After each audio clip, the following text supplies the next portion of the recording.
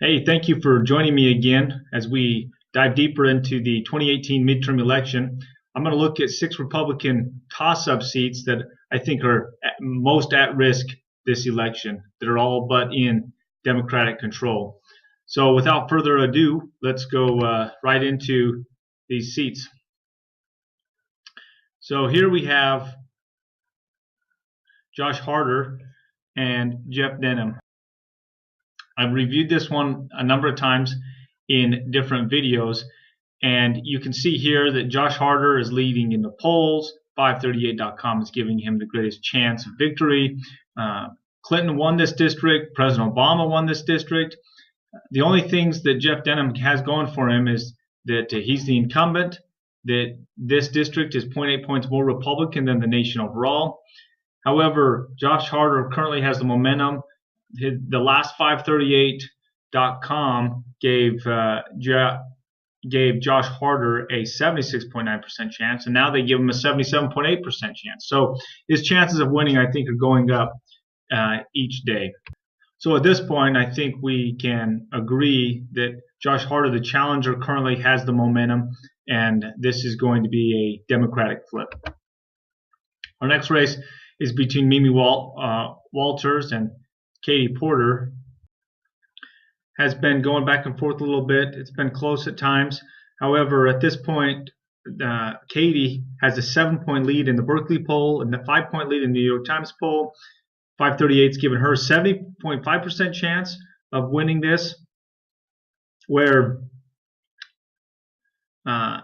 Mimi Walters has Romney having won this race, and she's the incumbent. However, the momentum right now is in Katie Porter's favor. I think the challenger is going to win this one. Although the district is 4.3 points more Republican than the nation overall, I just don't see the momentum in the incumbent's favor right now. If the incumbent can get out the vote and get that larger volume of Republicans to the polls on November 6th, she has a chance. But as of right now, Katie Porter really has an overwhelming lead in the polls. So moving on to Florida 27 with Maria Salazar and Donna Shalala. This one I actually had called for Maria Salazar 2 weeks ago. She had the Mason-Dixon poll up by 2 points. She's a well-known news anchor in her district, so she has great face recognition, great name recognition. However, Donna Shalala is leading in the New York Times Siena by 7 points, which is a significant amount. Her 538.com chance of winning continues to go up. Clinton won this district by a resounding 19.4 points. President Obama also won this district by 6.7 points. And the district is 10.4 points more Democratic than the nation overall. There is so much in favor of Donna Shalala that this one, I almost wonder, is going to start leaning Dem and leave the toss-up section and go to the lean Dem section, and we won't be discussing this one next week as a potential toss-up, and it's going to be a favorable Dem pickup. So I think this is another flip for the Democratic Party and another step closer to gaining the control of the House. So let's take a look at the next race in New Jersey 3, Tom MacArthur and Andrew Kim. This one's also pretty interesting. We have the incumbent who is leading in a Stockton University poll, and that's the more recent poll. It's more recent than the New York Times. However, Andrew Kim having a 10-point lead in the New York Times poll, it's hard to say that the incumbent is going to do very well.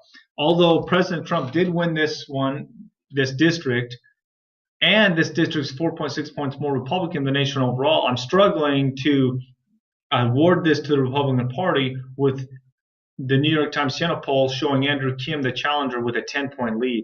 That's a significant lead, even with a 4 to 6 point margin of error. And I don't remember off the top of my head what this New York Times Siena poll was.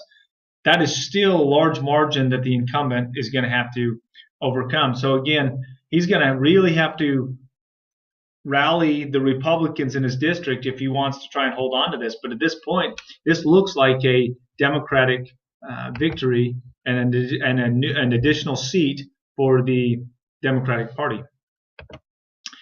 In the New Jersey 7, Leonard Lance and Tom Malinowski, we see here the Monmouth poll gives Tom Malinowski a 3-point lead. 538's give him a 65.3% chance of winning, and Clinton won this district by 1.1 point. Although Romney won it by 6.2, this is only a Republican-leaning district by 3.3 points compared to the nation overall. So the incumbent does have a challenge here while he's behind in the polls.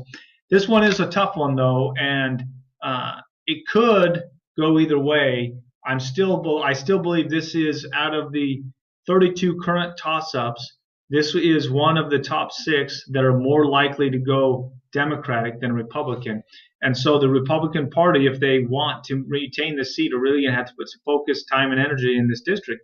Otherwise, I think this is another Democratic flip. And here, with Pennsylvania 1, Brian Fitzpatrick and Scott Wallace, I originally called this for Brian Fitzpatrick. However, the momentum continues to move in Scott Wallace's favor. The challenger, New York Times, recently released a poll giving him a 7-point lead. Clinton won the district by 2 points, and President Obama won the district by 1.9 points. So given the fact that this district is only 0.7 points more Republican than the nation overall, I have a hard time seeing the incumbent winning this one. It looks like the challenger is going to win, and this is going to be another Democratic flip. Thank you for joining me. I enjoyed reviewing these 6 toss-ups. Let me know what your thoughts are. Please leave your comments below.